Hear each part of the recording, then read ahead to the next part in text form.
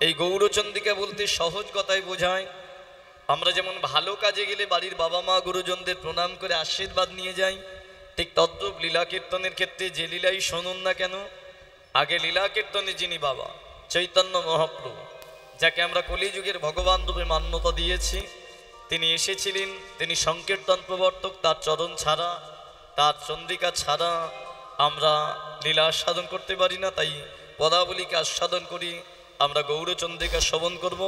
বৈষ্ণব কবি নরোত্তম দাস ঠাকুরের একটা পদকে দিয়ে শুরু করব গৌরচন্দ্রিকা।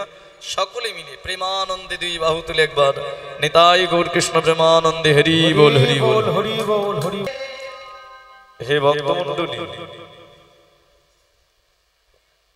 আমরা যদি এখান থেকে কোনো সময় দক্ষিণেশ্বর মন্দির বা তারাপীঠ মন্দির পুজো দিতে যাই, আমাদের প্রধান কর্তব্য হবে আমাদের বাড়িতে যদি বয়স্ক বাবা মা বা গুরুজন থাকে, আগে সেই গুরুজনের চরণে প্রণাম জানিয়ে তারপরেই মন্দিরে যাওয়া। কেন? আপনি যদি বাড়ির বাবা মাকে অসম্মান, অবহেলা বা অবজ্ঞা করি যদি কোনোদিন কোনো মন্দিরে গিয়ে ভগবানের চরণে প্রণাম করেন, তাহলে মন্দিরের ভগবান আপনার প্রণামটা কোনোদিন নেবে না। কেন নেবে না? না, বাড়ির বাবা মাকে প্রণাম করলে তারা যে আশীর্বাদের হাতটা আমাদের মাথায় দেয় না, এই আশীর্বাদ থেকে হৃদয়ে বাবা প্রথমে চেতনার জন্ম হয়, চেতনা থেকে জ্ঞানের উদয় হয়, জ্ঞান থেকে আসে প্রেম, আর প্রেম থেকে আসে ভক্তি। একবার যদি এই ভক্তিযুক্ত হৃদয়টা তৈরি করি, এই বিশ্বের যে কোনো মন্দিরে গিয়ে আপনি ভগবানের চরণে প্রণাম করেন, তাহলে ভগবান আপনার প্রণামটা নেবেই, কারণ আপনার হৃদয়টা তৈরি। ঠিক তত হরিবাসরে বসে যে লীলাই শ্রবণ করুন না কেন, লীলা কীর্তনের যিনি বাবা, অর্থাৎ যার জন্য আমরা এই লীলা কীর্তনটা পেয়েছি। আর একটু রিভাবটা কমবে কথার সময়, আর গানের সময় এই রিভাবটা রাখবে, বেশি হল করার দরকার নেই। যার জন্য আমরা এই লীলা কীর্তনটা পেয়েছি, তিনি হলেন সচিননন্দন গৌরী বা চৈতন্য মহাপ্রভু, যাকে বৈষ্ণব কবিরা বললেন সংকীর্তনৈক পিতর, অর্থাৎ যাকে বলা হয় সংকীর্তনের পিতা। তিনি এসেছিলেন, তিনি দিয়ে গিয়েছিলেন, তাই আমরা পেয়েছি। তার পদধূলি আপনাদের বীরভূমিতেও পড়েছিল। পশ্চিমবাংলার মধ্যে একটা জেলা যেটা কীর্তনের পীঠস্থান, বীরভূম মানে বীরের মাটি। বীরভূম থেকে ভক্তির শুরু হয়। কীর্তন জগতে বহু গুণী গুণী কীর্তনী আছেন এই বীরভূমের মাটিতে, আর সেখানে আমি আসতে পেরে নিজেকে ধন্য বলে মনে করি। এসেছি বহুবার, তবে সব থেকে ভালো লাগে আপনাদের মতো ভক্ত প্রাণ দেখলে, কারণ আপনারা কীর্তনটাকে বোঝেন, কীর্তনটাকে সম্মান করেন।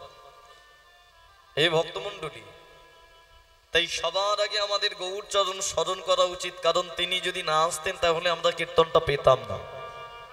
আর তাকে স্মরণ করাই বলা হয় গৌরচন্দ্র বা গৌরচন্দ্রিকা, অর্থাৎ যার মধ্যে আমরা গৌরকে চিনবো, জানবো, তার নাম কেমন করে করতে হয় সেটা আগে জানতে হবে, তার চরণ কেমন করে ধরতে হয় জানতে হবে, তারপরে তার লীলা। যে পদাবলীটা দিয়ে আমি কীর্তন শুরু করেছি, এটা যিনি রচনা করেছিলেন, যিনি লিখেছিলেন, তার নাম হলো ঠাকুর নরোত্তম দাস। আমি দুটো লাইন গেয়েছি। কি গাইলাম? গৌরাঙ্গ বলিতে হবে পুলক শরীরে, হরি হরি বলিতে যেন নয়নে বহে নীর। কথাগুলোর মানে কি? গৌরাঙ্গ মানে আমার প্রাণের গৌর, সেই গৌরাঙ্গ মহাপ্রভুর নাম আপনাদের বা আমাদের গাইতে হবে কিভাবে? না, পুলক শরীরে। পুলক শব্দের মানে কি? না, পুলক শব্দের মানে হলো আনন্দ। অর্থাৎ এক কথায় আমাদেরকে গৌরাঙ্গ মহাপ্রভুর নাম বা ভগবানের নাম আনন্দ চিত্তে গাইতে হবে। আপনারা বলবেন আমরা তো ভগবানের নাম আনন্দ করেই গাই, তাই না? কিন্তু না, ভগবানের নাম আমরা আনন্দ করে খুব কম গাই। এখানের মধ্যে 80 জন আছে, আমরা ভগবানকে ডাকি আমাদের নিজেদের স্বার্থ সিদ্ধির জন্য। ভগবানকে ডাকি আমাদের মনস্কামনা পূরণের জন্য। ঠাকুর গাড়ি দাও, বাড়ি দাও, টাকা দাও, পয়সা দাও, ধন দাও, আমরা নিজেরা বলে থাকি না? আহা বাহ,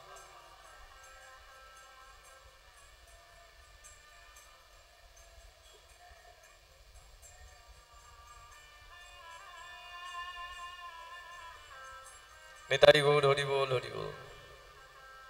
কীর্তনের বাসরে প্রথমেই একটা কথা বলি যে গাড়িটা গেল কিসের? সোনা কিনতে গেছিল না? সোনা কিনতে গেছিল তো নাকি জায়গা জমি কিনতে গিয়েছিল? তাহলে ও মারা গিয়েছিল? আমি তো বুঝতে পারি না, আমি ভেবেছি হয়তো সোনা কিনে যাওয়ার সময় হরিনাম করে। নিতাই গৌর হরি বল, হরি বল। তাহলে দেখুন, ওটা দেখে আমাদের শেখা উচিত যে আমরা মন্দিরে গিয়ে বলি ছেলেকে ভালো রাখো, মেয়েকে ভালো রাখো, সংসারে সুখ দাও, এটা বলা উচিত নয়। কেন? যাদের সুখ চাইছেন তারা সুখ ভোগ করছে, কিন্তু আপনি যাদের জন্য চাইলেন তারা আপনাকে রেখে এলো কোথায়? এই গরমের মধ্যে শ্মশানে। সেখানে এয়ার কন্ডিশন নেই, পাখাটাও নেই, শিমুলতলার বালিশটাও নেই, সব চলে গেছে সেখান থেকে। রেখে এলো শুধু দেহটাকে, সেটা পঞ্চভূতে বিলীন হয়ে গেল। যাই হোক, আসুন, গৌরচন্দ্রিকার প্রারম্ভে অনেক কথাই বলে ফেললাম। সেই গৌরাঙ্গের নাম আমাদেরকে আনন্দ চিত্তে করতে হবে। কেন? আমরা আনন্দ চিত্তে গাই না। আমরা বেশিরভাগ 80 জন মানুষ আমাদের নিজেদের স্বার্থের জন্য গাই, 10% মানুষ আবার অপরের ক্ষতির জন্য ভগবানকে ডাকি। নিজেরাই বলে থাকি ঠাকুর সবাইকে দেখতে পাচ্ছ, ওরও কেন মরণ হয় না? বলি না? একদম অপরের মৃত্যুর জন্য ভগবানকে ডাকছি, ভাবুন। তাহলে এই ডাকায় ভগবান সাড়া দেবে না। তাহলে ভগবানকে ডাকতে গেলে কি করতে হবে?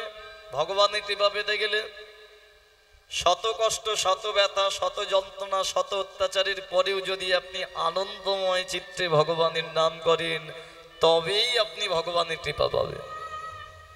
আপনারা বলবেন এইভাবে কেউ কোনোদিন নাম করে কৃপা পেয়েছিল? অনেকে পেয়েছে। উদাহরণ ভুরি ভুরি আছে। সত্যযুগ থেকে যদি ধরেন, প্রহ্লাদ পাহাড় থেকে ফেলে দিল, আগুনে ফেলে দিল, বিষ খাওয়ালো, হাতির পদতলে ফেললো, অন্ধকার কারাগারে রাখলো, তার পরিবর্তে কি পেল? নরসিংহ রূপধারী ভগবান শ্রীহরিকে। সুধান্যের কথা ভাবুন, তপ্ত তৈলের মধ্যে নিজের দেহটা পুড়িয়েছিল বলেই তো ভগবানের কৃপায় তার কাটামণ্ড আবার জুড়ে গেল। ধ্রুবর কথা ভাবুন, বাবাকে খোঁজার জন্য ভগবানের নাম করলো মাটির নিচে বসে, তবেই তো ভগবানকে পেল।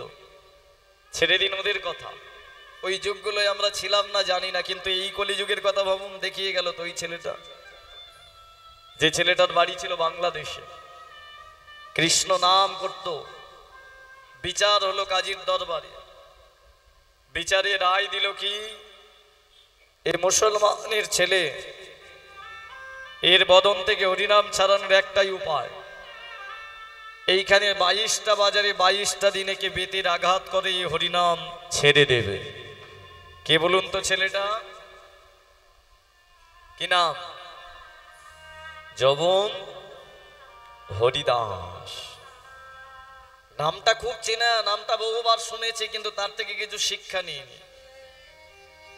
এই কলিযুগে একমাত্র হরিদাস দেখিয়ে গিয়েছিল কেমন করে ভগবানের নাম করতে হয়। আমি 5টা মিনিট এই হরিদাস সম্বন্ধে বলবো, বুঝতে পারবেন। কাজীর দরবারে বিচার হলো, 22টা বাজারে কে বেতের আঘাত করো, 2-1 দিন অত্যাচার খেতে খেতে হরিনাম ছেড়ে দেবে। তাই করলো প্রহরীরা। 1 দিন, 2 দিন, 3 দিন, 4 দিন, 5 দিন, একের পর এক দিন অত্যাচার, প্রহরের পর প্রহর, মারতে মারতে মারতে মারতে 21 দিনের মাথা এত মারছে, শরীরের সকল অঙ্গ প্রত্যঙ্গ গুলো যেন মাংসগুলো গলে গেছে। যারা মারছিল সেই প্রহরীরা বলে উঠল, হারিস কি আছে তোর শরীরে? কেন এত মার খাচ্ছিস? ছেড়ে দে না ভাই, হরিনামটা ছেড়ে দে না। সেদিন ছেলেটা বলেছিল, ওরে ভাই, হরিনাম আমি ছেড়ে দিলেও হরিনাম আমাকে ছাড়ে না। কিন্তু ভাই, তুই যদি না মরিস, তোকে যদি না মারতে পারি, কাজী বলেছে আমাদেরকে মেরে ফেলবে। তুই কি চাস তোর জন্য আমরা মরে যাই? না ভাই, ওটা চাই না। তবে আমি নিজেও জানি না কি করে আমি বেঁচে আছি। এক কাজ কর, আগামীকাল 22টা দিন পরিব, তোরা আমাকে মারতে মারতে যদি না আমি মরি, আমার এই দেহটাকে গঙ্গার জলে ভাসিয়ে দিবি। আমি কথা দিলাম আর কোনোদিন ফিরে আসবো না। তাই করা হলো। পরের দিনে মারতে মারতে মারতে মারতে ওই ক্ষত বিক্ষত জীর্ণ শীর্ণ দেহটাকে নিয়ে ওই মারার দলগুলো ওই গঙ্গার জলে দূর করে ছুঁড়ে ফেলে দিল। গঙ্গার জলে দেহটা ভাসছে, তার ওই শরীরে কোনো ক্ষমতাই নাই। কিন্তু সকল ক্ষমতা চলে গেলেও একটা জিনিস সে বন্ধ করেনি, কি? এই ঠোঁট দুটো নড়ছিল, আর সেই নড়া ঠোঁটে তখনও সে একটাই নাম গেয়ে গিয়েছিল, কৃষ্ণ কৃষ্ণ কৃষ্ণ হে কৃষ্ণ কৃষ্ণ কৃষ্ণ হে। নদিয়ার মাটিতে চৈতন্য মহাপ্রভুর উদয় হয়েছে। চিৎকার করে ডাকলেন, আচার্যদেব। একবার সুরধ্বনি গঙ্গার তীরে জানতো, কে যেন বাড়ি বাড়ি আমার নাম ধরে ডাকছে। ছুটতে ছুটতে আচার্যদেব সেদিন গিয়ে দেখলেন গঙ্গার তীর থেকে ওই জলের মধ্যে একটা দেহ ভেসে আসছে, ক্ষত বিক্ষত। ওরে কে তুই? ওরে কে তুই? সাদা দেওয়ার ক্ষমতা নেই, শুধু বদনে কৃষ্ণ কৃষ্ণ কৃষ্ণ। গঙ্গার জলে নেমে গেলেন আচার্যদেব। ওই ক্ষত বিক্ষত জীর্ণ শীর্ণ দেহটাকে দুই হাতে করে নিয়ে এলেন নিজের ঘরের মধ্যে। যে ঘরটায় নিয়ে এলেন সেই ঘরে আগে থেকেই বসেছিলেন চৈতন্য মহাপ্রভু। দেহটাকে যেই রেখে দিয়েছে, রাখা মাত্রেই ওই দেহটার দিকে তাকিয়েই চৈতন্য মহাপ্রভু নতজানু হয়ে বসে পড়ে অঝর দ্বারাই কাঁদতে লাগলেন। এমন করে মেরেছে, এমন করে ওরা অত্যাচার করেছে,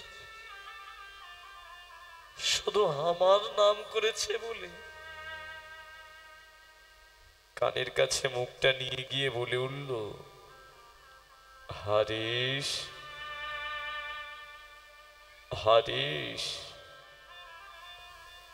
একবার তাকাইয়ে দেখ, আমি এসেছি তোর কাছে। যখনই আওয়াজটা কানের মধ্যে গেছে,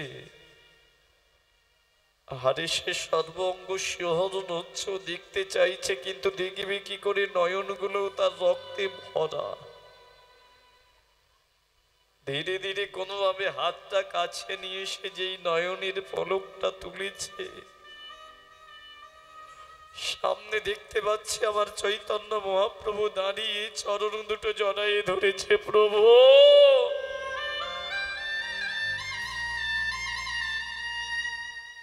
এসেছ, এতদিন পরে তোমার কৃপা, তোমার করুণা হয়েছে দয়া। এতদিন পরে তোমার দয়া আমি পেয়েছি। মহাপ্রভু জড়িয়ে ধরলেন দেহটিকে। দাদা, আগে তোর নামটার পরিবর্তন করি। সবাই তোকে হরিশ নামে চিনত, কিন্তু তুই যেভাবে আমার দাস হয়ে আমার নাম করলি, আজ থেকে তোকে আর হারিস নামে কেউ ডাকবে না, তুই আমার দাস হয়েই থাকবি, তোর নাম আমি দিলাম হরিদাস। প্রভু আমি তো তোমারই দাস। আমি জানি তুই আমারই দাস। একটা প্রশ্ন করবো প্রভু। কি প্রশ্ন? ওরা যেভাবে আমাকে মেরেছে ওইভাবে যদি কাউকে একটা দিন, দুটো দিন, 3 দিন মারা যায়, সে মরে যাবে, বলতে পারবেন প্রভু? এই 22টা দিন আমি কি করে অত্যাচার সহ্য করলাম? আমার শরীরে তো কোনো বল ছিল না, আমি কি করে ভেসে আপনার কাছে এলাম বলবে? মহাপ্রভু বলে, হরিদাস এই প্রশ্নটা তো তোর মুখে শোভা পায় না। তুই জানিস না কিভাবে তুই এলি আমার কাছে। যেই বলেছে হরিদাস বলল, প্রভু তাহলে একটা জিনিস আমি দেখতে চাই। কি দেখতে চাস? একটিবার আমার সামনে দাঁড়াবি, গায়ের বসনটা সরাবে। মহাপ্রভু বুঝতে পেরে বলে উঠল, দেখতে চাস? দেখবি। ধীরে ধীরে দাঁড়িয়ে যেই গায়ের বসনটা সরাচ্ছে হরিদাস দেখতে পাচ্ছে, তার গায়ে যত আঘাত করেছিল প্রহরীরা, তার 3 গুণে আঘাত আমার মহাপ্রভুর সর্বই অঙ্গে। প্রভু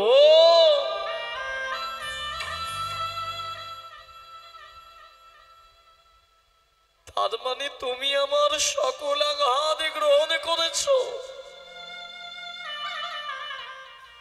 তার মানে এতদিনের শত যন্ত্রণা তুমি নিয়েছো প্রভু, কিন্তু কেন? আমি তো চাইনি যে আমার ভগবানের গায়ে কেউ আঘাত করুক, কেন বলো কেন? মহাপ্রভু বলে, হরিদাস ওরা তো তোকে মারেনি, তোকে মারতেও চাইনি। ওরা তো মেরেছে তোর বদনের নামটাকে। তুই যদি সেদিন বিচার সবাই কৃষ্ণ বলা ছেড়ে দিতিস, তোকে কি আর মারতো? কৃষ্ণ বলেছিস বলে মেরেছে, আর কেউ জানুক না জানুক তুই অন্তত জানিস ওই কৃষ্ণটা কে। তাহলে কৃষ্ণকে যদি মারে, কৃষ্ণ আঘাত নেবে না তো কে নেবে? নিতাই গৌর হরি বল। তাই তো আমি সর্বঙ্গে আঘাত নিয়েছি। হে ভক্তমণ্ডলী, হরিদাস সেদিন প্রভুর চরণ দুটো জড়িয়ে ধরে বলেছিল, প্রভু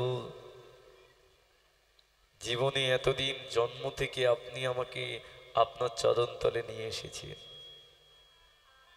শুধু একটা জিনিস আমি চাই, যেদিন আমার মৃত্যু হবে আমাকে একটা কৃপা করবেন।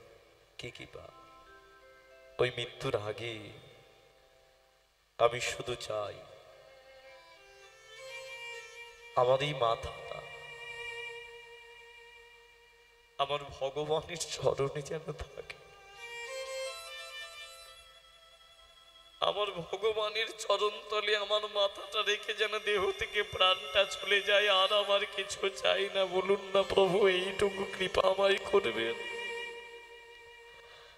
আজ আমি সত্যিই বুঝতে শিখেছি, এই কলিযুগে আমার প্রভুর দয়ার সাগর, কৃপার সাগর, করুণার সাগর। ওই কৃপা থেকে আমি বঞ্চিত হতে চাই না, আমার কিচ্ছু চাই না। মহাপ্রভু বললেন, তাই হবে হরিদাস।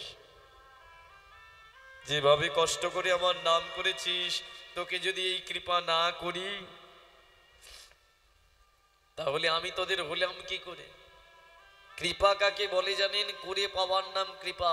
1 কোটি টাকা জমানোটা কৃপা নয়। হরিদাস পেয়েছিল কিরকম? মহাপ্রভু যখন সন্ন্যাস নিয়ে পুরী ধামে চলে গেলেন, গম্ভীরায় থাকতেন। ওখান থেকে একটু দূরে যারা গেছেন দেখবেন একটা মন্দির আছে যার নাম সিদ্ধ বকুল, যেখানে আজও হরিদাসের সমাধিস্থল আছে। ওখানে হরিদাস থাকতেন। মহাপ্রভু প্রতিদিন যেতেন হরিদাসের কাছে নাম শুনতে, ভগবত শুনতে। যেদিন হরিদাস মারা যাবে, যেদিন হরিদাসের দেহ থেকে প্রাণটা চলে যাবে, মহাপ্রভু সেই দিন রাত্রিবেলা ঘুমাননি, ভোর হয়েছে, চলে এলেন হরিদাসের ভজন কুটিরে। হরিদাস ভোরের বেলা দাদুর সঙ্গে তিলক সেবা করে ব্রহ্ম মুহূর্তে উঠতেন হরিদাস। নামে বসতে যাবে তার আগেই যেন শুনতে পেল তার প্রভু তাকে ডাকছে, প্রভু এই ভোরের বেলা আপনি এসেছেন কেন প্রভু? হরিদাস লক্ষ্য করলেন মহাপ্রভুর নয়নে শুধু জল ঝরছে।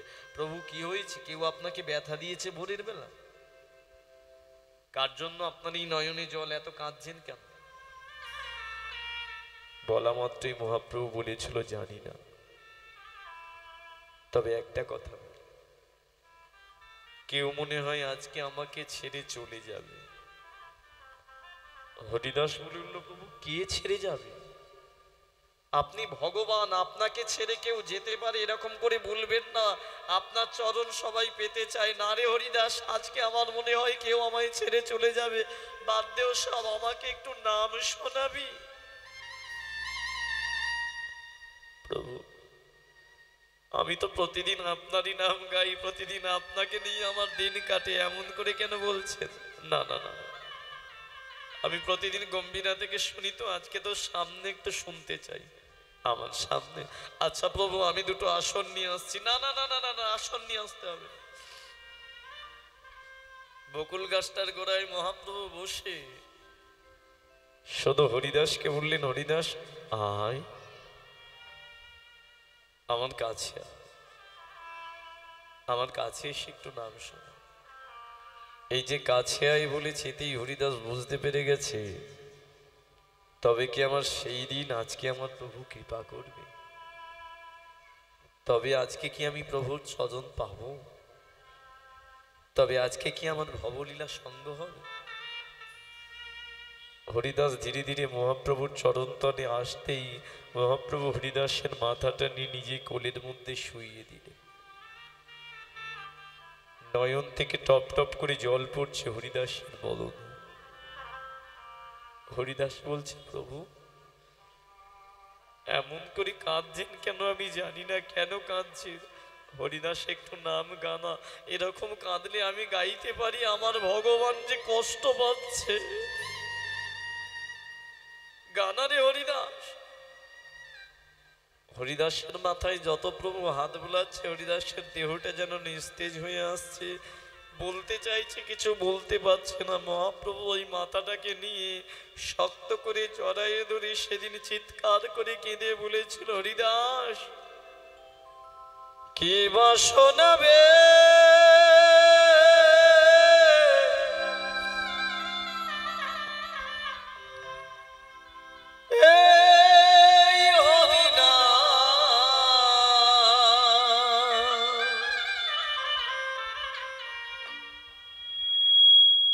কে বা শোনাবে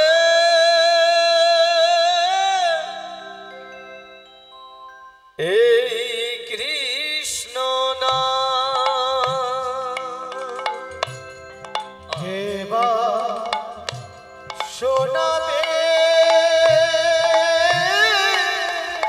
হরিদাস গানা, আমি একটু শুনবো গানা।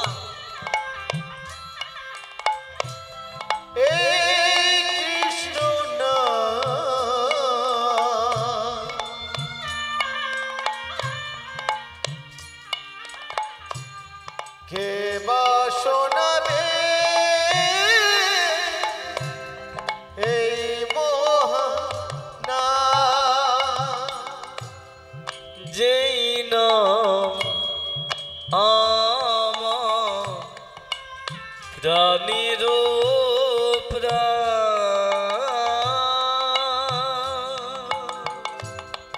যে নাম আমার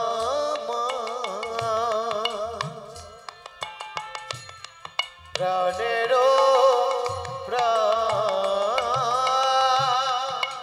ভক্তরা এই নামের রাখে গো মা।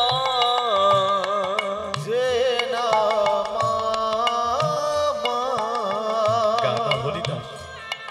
শুনতে চাই গান। এমন করে চুপ করে যাচ্ছিস কেন? গান। প্রাণেরও প্রাণ ভক্ত রাখে তারি তোমার হরিদা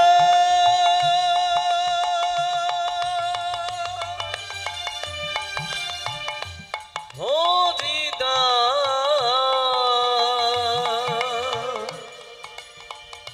হরিদা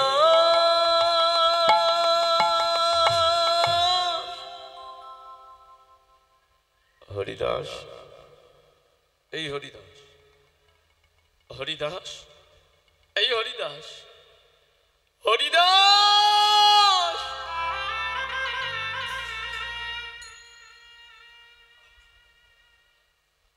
চলে গেলি,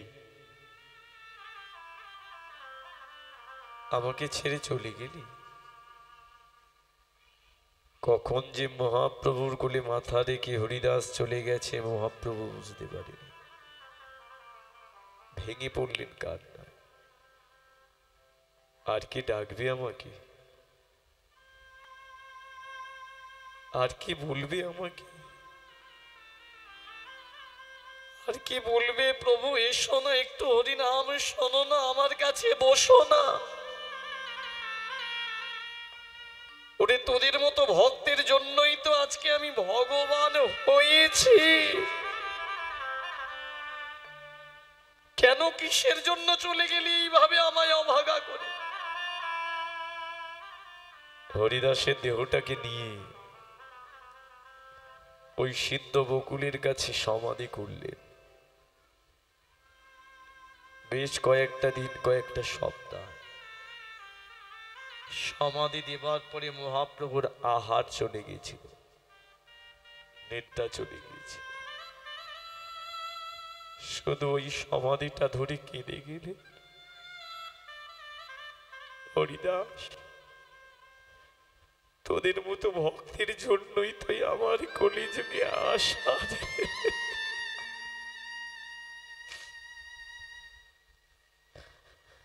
তোদের জন্যই তো আজকে আমি কলিযুগে ভগবান হতে পেরেছি।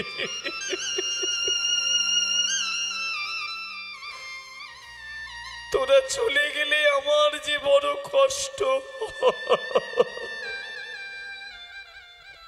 হে ভক্তমণ্ডলী, যারা চৈতন্য চরিতামৃত পড়েছেন, হরিদাস নির্যান পড়েছেন, এইটুকু প্রত্যেকের জানা। কিন্তু কেন গাইলাম জানেন? শুধু দুটো জিনিস আপনাদের বোঝানোর জন্য যে কীর্তন কি জিনিস।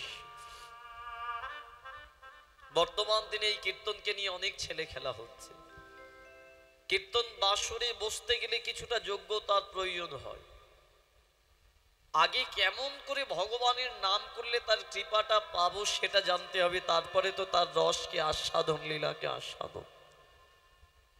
কেমন করে নাম করতে হয় দেখিয়ে গিয়েছিল হরিদাস। দুটো জিনিস শিক্ষা নিন শুধু এ থেকে। 22টা বাজারে শুধু বেত্যাঘাত নয়, লক্ষ হীরার মতো নারীও তার নামকে বন্ধ করতে পারেনি। গঙ্গার জলে ফেলে দেওয়ার পরেও তার নাম বন্ধ হয়নি। শত অত্যাচার, শত দুর্নাম, লাঞ্ছনা, গঞ্জনার পরেও সে নাম বন্ধ করেনি। দেখিয়ে গিয়েছিল কলিযুগের মানুষকে কেমন করে নাম করতে হয়। আর কৃপা, কৃপা কাকে বলে সেটা হরিদাস দেখিয়ে গিয়েছিল। কি কৃপা পেল হরিদাস? আপনারা বলবেন কই কিছু তো পেল না, বাড়ি গাড়ি, টাকা পয়সা, ধন দৌলত। না, কৃপা তো কলিযুগে সব থেকে বড় হরিদাস পেয়েছিল। কিরকম? এখানে যতজন আমরা বসে আছি আমরা জানি না যেদিন আমাদের মৃত্যু হবে, মৃত্যুর সময় কেউ আমাদেরকে 1 চামচ জল আমাদের গালে দেবে কিনা। কারো হাতের 1 চামচ জল আমরা গালে পাবো কিনা জানি না। কিন্তু জানেন, হরিদাস যখন মারা গেল স্বয়ং সাক্ষাৎ মহাপ্রভুর নয়নের জল তার বদনে টপ টপ করে পড়ছে। এর থেকে বড় কৃপা হতে পারে? এর থেকে বড় করুণা হতে পারে না। এইভাবে আগে তার চরণ ধরতে হবে। এইভাবে তার চরণকে হৃদয়ের মাঝে ধরে নিয়ে সেখানে বসতে হবে, তবে তো তার ভক্তের লীলা শুনতে পাবো। শোনার জন্য হৃদয় তৈরি হতে হবে, নাহলে কীর্তন এত ছেলে খেলার জিনিস নয়। নরোত্তম দাস লিখেছিলেন এই পদ, গৌরাঙ্গ বলিতে হবে পুলক শরীরে, হরি হরি বলিতে যেন নয়নে বহেনি রে। আনন্দময় চিত্রে বলো তোমার নয়নে জল আসবে, তবে হ্যাঁ নয়নে তখনই জল আসবে যদি এই কলিযুগে নিতাই চাঁদের কৃপা হয়। কারণ প্রধানমন্ত্রী যদি আমাদের গৌরী হয়, তার নিচের পার্ষদ বা সচিব হলেন তো নিতাই চাঁদ। তার জন্য পরের লাইনটা লিখে দিয়েছিলেন নরোত্তম দাস ঠাকুর, আরে কবে নিতাই চাঁদ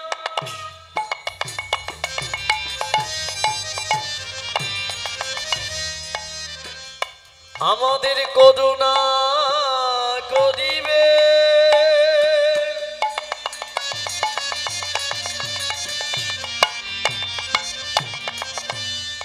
ওই সংসার বাসনা মনে কবে তুচ্ছ হবে,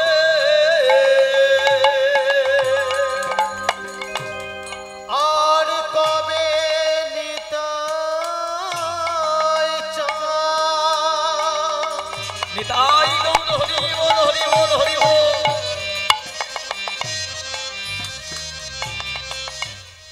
করুণা করিবে,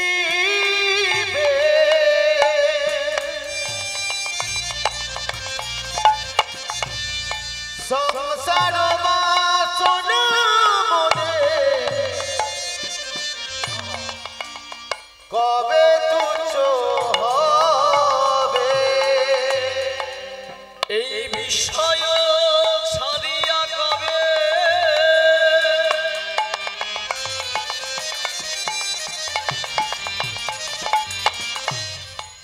আমাদের শুদ্ধ হবে মন,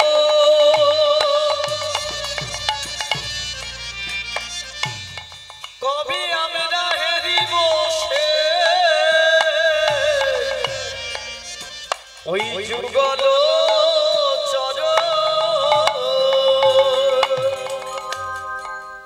তাই রূপদ গৌনাথ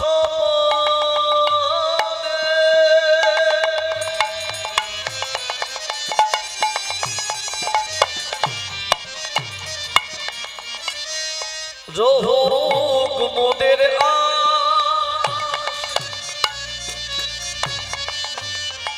আজি পারে ধনা করে সদা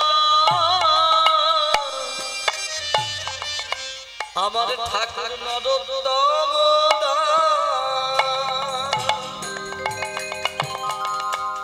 যেন চরণ ছাড়া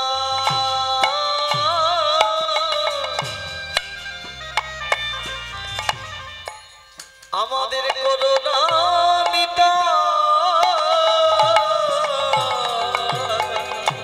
যেন চরণ ছাড়া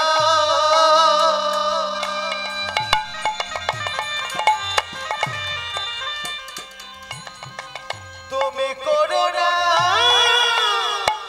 নিতাই, আমরা তোমার বিনা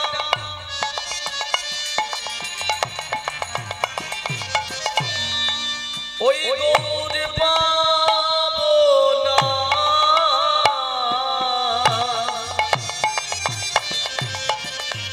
যেন চরণ ছাড়া তুমি করুণা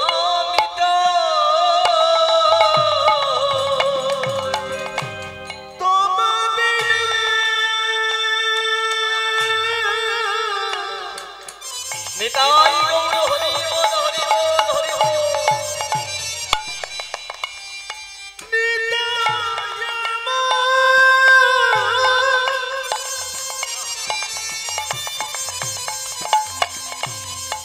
তুমি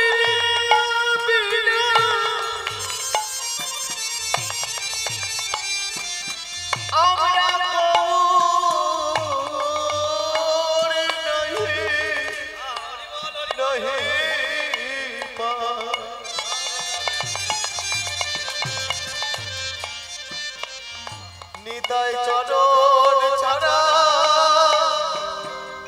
তুমি করো না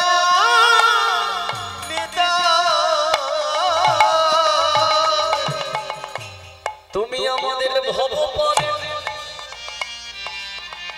কান দাদি চরণ ছাড়া করো না নিতাই তুমি আমাদের ভবপারের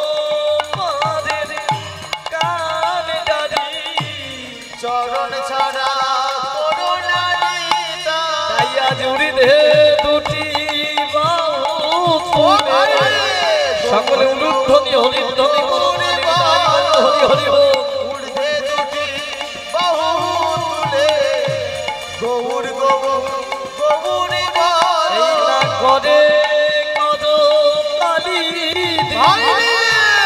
গৌর গৌর গৌরী এই মানব জননী উদ্ধার ধরো ধরো তার চরণ ধরো একবার উলুধ্বনি আরে জোরে হবে একটু বাবার একবার হরিধ্বনি নিতাই গৌর হরি হরি হরি হরি সকলে গৌর গৌর গৌরী বলো শঙ্খ ধ্বনি করি সকলে গৌর গৌর গৌরী বলো এই মানব জননী উদ্ধার ধরো ধরো তার চরণ ধরো আমাদের পদপাদের পথে পরিষ্কার করে গৌর গৌর গৌরী বলে বলো আইরে তোরা প্রেম নিবি আইরে উলুধ্বনি গৌর গৌর গৌরী বলো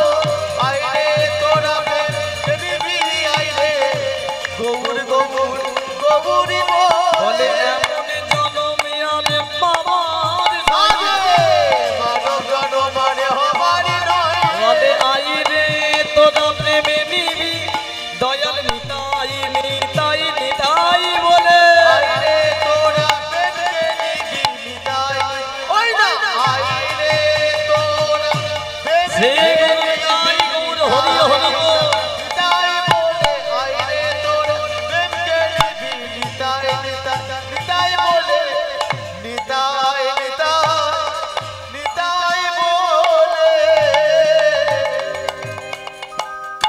তাই নরোত্তম বদ দুঃখী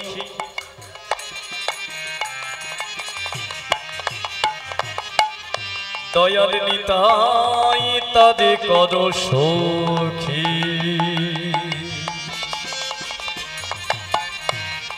আমাদের রাখো জাগা রাখো জাগা রাখো জাগা চরণে তলে দয়াল নিতাই হে চরণের তলে দয়াল নিতাই নিতাই আমার রাখো রাখো রাখো রাখো চরণের তলে প্রেম সে বলিয়ে গৌরাঙ্গ সুন্দর জিউ কি দয়াল নিতাই চাঁদ কি নবদ্বীপ ধাম কি হরি নাম সংকীর্তন কি ভক্তবৃন্দ কি নিতাই গৌর কৃষ্ণ ব্রহ্মানন্দে হরি তবে জয়ধ্বনিটা যেভাবে হওয়ার কথা ছিল সেভাবে হলো কি বলো মনোদোষ দা হলো হয়নি ঠিক সেইভাবে কারণ হয়তো অনেকের মনটা অন্যদিকে ছিল একটা জিনিস মনে রাখবেন যেটা এতক্ষণ ধরে শুনলেন যৎকিঞ্চিত এই গৌরচন্দ্রিকার মধ্যে শুধু এটা জেনে রাখুন যদি কোনো কীর্তনিয়া যত বড় মাপেরই হোক যত কোটি টাকারই কীর্তনিয়া এখানে নিয়ে আসুন যদি লীলা কীর্তনের প্রারম্ভে এই গৌরচন্দ্রিকা গৌরচরণ স্মরণ না করে তার মানে যত দামি তরকারি করুন যদি নুন না দেন কেমন লাগবে ভালোই লাগবে খেতে ভালো লাগে তো ও খারাপ লাগে ঠিক তদ্রূপ ওই তরকারিটার প্রধান যেমন নুন লীলা কীর্তনের প্রধান হলো গৌরচরণ স্মরণ করা বা গৌরচন্দ্রিকা যাই হোক আমরা স্মরণ করেছি লীলাটা আমরা শুনবো তবে আজকে অনেকটা রাত্রিতে আমার দাদা ভাইরা তুলেছে না হলে একটা গান গাইতাম ভজন গান যাতে সকলেই গৌরচরণ স্মরণ করতেন আজকে গাইবেন নাকি আগামীকাল সকালে আগামীকাল সকালেই হোক নাকি তারপরে লীলাটা শোনা হবে আজকেই গাইবেন আচ্ছা হ্যাঁ হ্যাঁ, এই যে আমি আচ্ছা কতজন আজকে গাইতে চান হাত তুলুন তো দেখি। ও বাদ বাকি আস্তে আস্তে আপনারা নামান, বাদ বাকির গ্যারান্টি আছে যে কাল সকালে বাজবেন। আমি এটা বলতাম না, এই কারণে আমি হাতটা তোলাতে চাইলাম। তার মানে যারা তুললো না তারা কিন্তু গ্যারান্টি দিয়ে দিল যে কাল সকালে আমরা ঘুম থেকে উঠবই। এর কোনো গ্যারান্টি আছে? নেই। আজকে যেটা আজকেই হবে, কালকে থাকবো কিনা তার কোনো ঠিক নেই। তাহলে সকলে মিলে একটা জানা গান দিয়ে গৌর চরণ স্মরণ করে তারপরেই আমরা লীলাটা মন্ত্রণ দিয়ে আস্বাদন করবো। সকলে গাইবেন, এই গানটা জানা প্রত্যেকের মুখস্থ গান। সকলে হাত জড়ো করে আমার সাথে আনন্দে গাইবেন। আমার গৌর এলো রে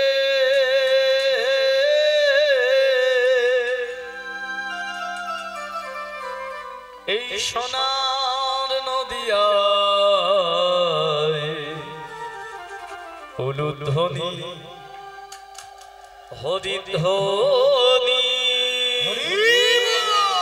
শব্দ শোনা যায়, আমার গৌর এলো রে। সকলে তালে তালে গৌর এলো রে সোনা নদিয়া, উলুধ্বনি হরিধ্বনি শব্দ শোনা যায়, আমাদের গৌর এলো রে। আমার গৌর এলো রে উলুধ্বনি। এই সোনার নদিয়ায় উলুধ্বনি হরিধ্বনি শব্দ শোনা যায়, আমার গৌর এলো রে। আমাদের গৌর এলো রে ওই না সোনার নদিয়া, উলুধ্বনি হরিধ্বনি শব্দ শোনা যায়, আমাদের গৌর এলো রে। গৌর এলো রে সঙ্গে নিতাই এলো রে। সকলে গান। গৌর এলো রে সঙ্গে নিতাই এলো রে। গৌর এলো রে সঙ্গে নিতাই এলো রে।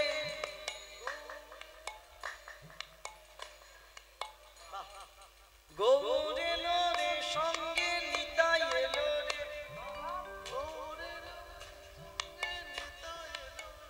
আপনাদের মতো গাইব আমি।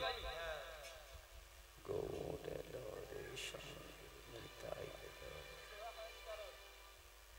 সবার তো সেবা হয়ে গেছে, অনেক রাত্রি হয়ে গেছে, একটু জোরে গাওয়া যায় না? এতক্ষণ ধরে বললাম আনন্দ চিত্তে গাইতে হবে। একবার সকলে করতালি দিন তো দেখি। এই আওয়াজটা একটু আগে ছিল, দিলে তো থাকবে। তার মানে আপনারা দেননি, কৃপণ আছেন প্রচন্ড। এইরকম জোরে একটু করতালি দেবেন তালে, আর গানটা আনন্দের তালে গান দেন। সকলে হাতটা জড়ো করে গৌর এলো রে সঙ্গে নিতাই এলো রে। গান গৌর এলো রে সঙ্গে নিতাই দেখুন, গৌর এলো রে সঙ্গে গদাধর এলো রে। গৌর এলো রে বাবা গৌর এলো রে সঙ্গে শিবাস এলো রে। গৌর এলো রে সঙ্গে শিবাস এলো রে। গৌর এলো রে সঙ্গে আচার্য এলো রে। আচার্য এলো রে। শান্তিপুরবাসী আজি ধন্য হলো রে। আমাদের গৌর এলো রে সোনা নদিয়া, উলুধ্বনি হরিধ্বনি শব্দ শোনা যায়, আমাদের গৌর এলো রে। আমাদের গৌর এলো রে সোনা নদিয়া, উলুধ্বনি হরিধ্বনি শব্দ শোনা যায়, আমাদের গৌর এলো রে। আস্তে আস্তে গাইতে ভালো লাগছে? ও মা ভালো লাগছে? সত্যি বলছেন? বলে যা গরম পড়েছে আর কি ভালো লাগার কথা বল। আচ্ছা এই যে ভালো লাগছে গাইছেন এত সুন্দর, আমার ভালো লাগছে, এটা গৌরাঙ্গ মহাপ্রভুকে ভালো লাগাতে হবে। কেমন ভাবে না, এই যে করতালি আমরা নিচে দিয়ে গাইছি, এটা আমাদের লজ্জা ঘৃণা ভয় সব যুক্ত আছে। এই সকল কিছুকে ত্যাগ করতে হবে। কিভাবে না, দুই বাহু ঊর্ধ্বে তুলে একটু আত্মসমর্পণ করে গাইতে হবে। একটু তোলে যাবে? বাবা সুন্দর, একসাথে প্রত্যেকে গাইব। আইরে তোরা প্রেম নিবিকে ছুটে ছুটে আইরে তোরা প্রেম নিবি ছুটে ছুটে আইরে তোরা নাম নিবিকে ছুটে ছুটে আইরে তোরা নাম নিবি ছুটে ছুটে আইরে তোরা আস্তে আস্তে। আচ্ছা একবার নামান হাতটা। এই যে আইরে তোরা ডাকছেন, এটা কাকে ডাকছেন? কাকে ডাকছেন? গৌরহরি না, এই কারণেই থামালাম। আমার কথা শুনে হাত তুলতে হবে, আমার কথা শুনে গাইতে হবে এটা নাই, বুঝে শুনুন, বুঝে গান। আইরে তোরা, তোরা মানে একজন না অনেক, তাহলে অনেক হলে গৌরী কি করে হলো? আপনারা এখনো ডাকছেন, যারা এখনো বাজারেতে টিভিতে সিরিয়াল দেখছে, এখনো যারা ঘরে গিয়ে খেতে গেল ওই বাউল দেখে আর আসলো না, তাদেরকে ডাকুন। ওরে এমন রাত্রি এমন দিন আর পাবি না, এমন সময় আর পাবি না, তাদের ডাকতে হবে। কেন? গৌরাঙ্গ মহাপ্রভু আদেশ করেছিল, পৃথিবীতে আছে যত নগরাদি গ্রাম সর্বত্র প্রচার হবে হরিনাম। সেই দায়িত্ব কমিটিরা নিয়েছে, আপনারাও প্রচারক, আপনাদের দ্বারা প্রচার হবে, আপনারা ডাকবেন। তাই ডাকুন সকলকে একবার, দুই বাহু তুলে। আইরে তোরা প্রেম নিবিকে ছুটে ছুটে আয়, সকলে আইরে তোরা প্রেম নিবি ছুটে ছুটে আইরে তোরা নাম নিবিকে ছুটে ছুটে আইরে তোরা নাম নিবিকে ছুটে ছুটে সোনার গৌরাঙ্গ আজি এলো নদিয়ায়, আমাদের ওরে লোরে সোনা নদিয়া হলো ধনে হরে ধন শব্দ শোনা যায় আমাদের গৌরে লোরে, আমাদের গৌরে লোরে সোনা নদিয়া হলো ধনে হরে ধন শব্দ শোনা যায় আমাদের গৌরে লোরে, আমার গৌরে লোরে সোনার নদিয়ায় হলো ধ্বনি হরি ধ্বনি শব্দ শোনা যায় আমার গৌরে লোরে। নিতাই গৌর হরি হরি হরি। সোনা নদিয়া হলো ধনে হরে ধন শব্দ শোনা যায় আমাদের গৌরে লোরে, আমাদের গৌরে লোরে, আমাদের গৌরে লোরে। প্রেম সে বলিয়ে গৌরাঙ্গ সুন্দর জীব কি, দয়াল নিতাই চাঁদ কি, নবদ্বীপ ধাম কি, হরিনাম সংকীর্তন কি, ভক্তবৃন্দ কি, গ্রামবাসী বৃন্দ কি, কমিটি বৃন্দ কি, আনন্দ পেলেন কি,